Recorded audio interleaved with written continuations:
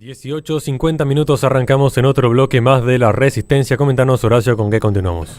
Hoy quiero tratar con ustedes un tema que nos hizo llegar un Patreon de una manera muy particular, con una duda genuina. ¿Qué está sucediendo en Irán? Y particularmente, ¿qué posición tomar ante Irán?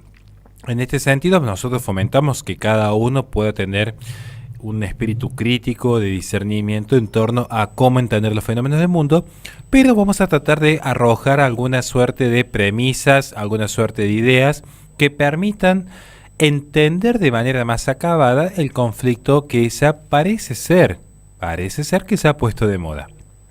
¿Por qué digo moda? Porque se ha visto una serie de influencers y activistas en redes sociales, de manera muy aislada, tomar partido por lo que está sucediendo en Irán. Pero lo más llamativo es lo que no está sucediendo en Irán y lo que no está sucediendo en el mundo. ¿Por qué? Porque en Irán están muriendo día a día muchísimas mujeres por no llevar el velo. Esto es una práctica que es obligatoria en cierta parte de Oriente y Medio Oriente. Y sin embargo, en gran parte de Occidente se ve que hay un silencio fatal por parte de las feministas, donde de repente no han tomado una posición clara de condena a lo sucedido. En este sentido vale remarcar lo siguiente.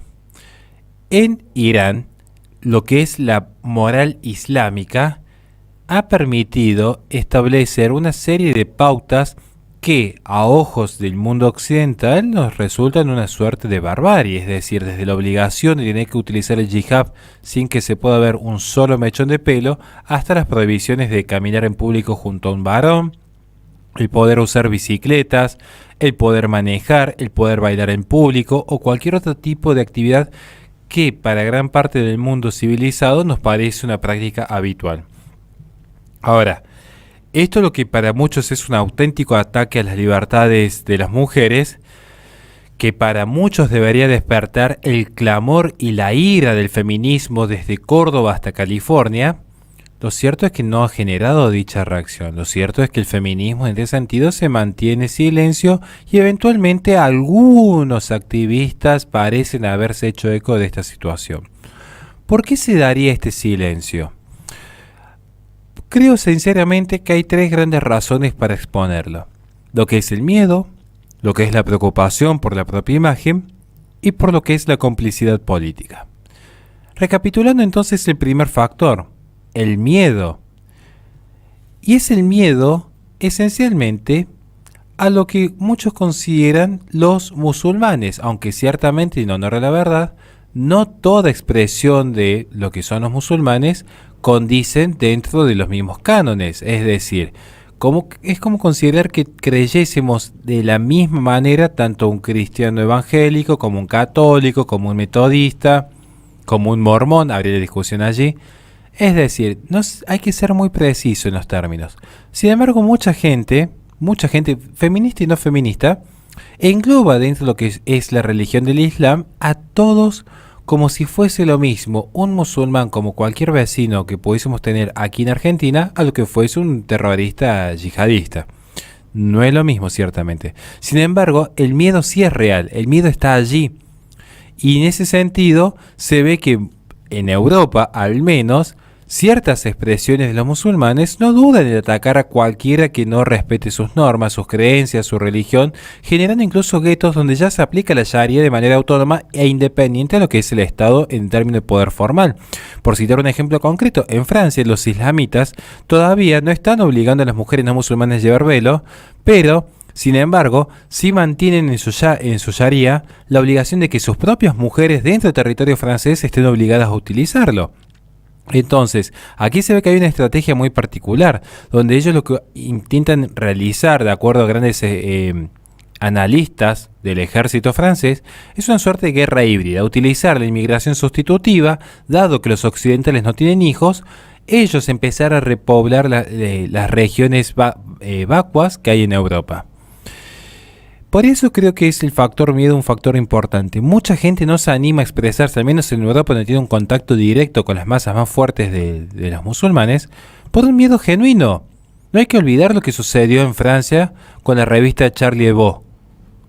No hay que olvidar los atentados que se han visto en Inglaterra, o incluso los ataques terroristas que han sucedido recientemente en España. El miedo es algo real.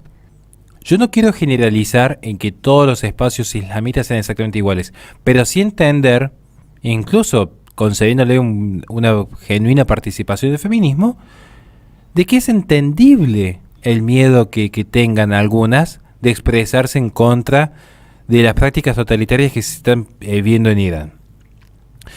El segundo punto es la buena imagen, porque además del miedo físico, el silencio de las feministas también está motivado en gran medida por el temor a dañar su propia imagen personal, ese narcisismo que estructura sus posiciones culturales ante el mundo. Entonces, lo que aquí se ve es que la suerte de ataque furibundo y totalitario que padecen las mujeres en Irán no conmueven al feminismo, porque si las feministas llegasen a tomar una posición de crítica hacia lo que está sucediendo en Irán, implicaría reconocer que no todas las civilizaciones son iguales, que la civilización occidental fundada en el cristianismo es moralmente superior a cualquier otra falsa religión. ¿Y por qué digo falsa religión? Por lo que bien remarcó el padre David Rabasi este sábado cuando estuvo aquí en Córdoba. Si hay una religión verdadera, por definición las demás religiones son falsas. Pero es un principio básico de la lógica. Sin faltar el respeto a los demás credos, yo defiendo que cada uno defienda su credo. Yo defiendo que cada uno defienda su credo con la misma libertad que yo estoy defendiendo el mío. Pero sí quiero remarcar esto. No todas las civilizaciones son iguales. Y si las feministas que han defendido durante tantos años el relativismo cultural ahora condenan el islamismo, caen en una contradicción. Porque resulta ser que de repente parecía ser que había cánones establecidos políticamente, culturalmente, jurídicamente, educativamente, que distaban de lo que para ellos era una suerte de retorno al buen salvaje en términos de Rousseau. Esto es lo que sucede, que de repente ellas mismas estarían cayendo en ese concepto que pusieron de moda dentro de las academias, que era la islamofobia. ¿Y aquí qué harían entonces? ¿Cómo se posicionarían ante el mundo luego de caer en esta islamofobia si condenan lo acontecido en Irán? Que lo diga yo, un hombre blanco, cristiano, heterosexual, capitalista, etcétera, etcétera, para ellos sería normal, porque yo tengo esta suerte de sesgo religioso de creer que mi religión es la mejor del mundo, según ellas. Ahora, ¿con qué argumento naturalista van a defender luego las mujeres que están padeciendo la persecución en el Islam? ¿Van a decir que los musulmanes son homofóbicos, que son machistas, que son racistas? ¿Qué van a decir ahora? Porque si en ese sentido dicen eso de aquellos hombres, por un principio no contradictorio, quiere decir que se equivocaron al juzgar a los hombres en Occidente. Bueno, contradicciones de la izquierda. Pero también quiero marcar un punto que es importante aquí. Que las organizaciones de izquierda, los medios de comunicación, los profesores universitarios, los progresistas en general, también están viendo que hay un problema en salir a atacar a lo que es Irán. ¿Por qué? Porque tendrían que poner en manifiesto las alianzas políticas que hay por detrás. Y este es el tercer punto. Hay una complicidad política. Ya lo supiesen anunciar los generales que asesoraron a Le Pen en su momento. Ya lo supiesen anunciar ciertos militantes intelectuales cercanos a Vox. De hecho, la actual ganadora de las elecciones en Italia lo remarcó abiertamente. Orbán se hizo eco de este punto. Duda en Polonia. Hay una guerra híbrida donde desde la academia, la cultura, los medios de comunicación no levantan cuenta de que efectivamente se están utilizando a los musulmanes para atacar los cimientos cristianos de Occidente. Con esta idea del relativismo cultural hay una complicidad política para diezmar la soberanía de las naciones, para caer en un relativismo que solo favorece el globalismo, porque sin fe, sin familia, sin estos grandes cuerpos intermedios que son los que componen la patria, la persona queda completamente desnuda ante el poder internacional.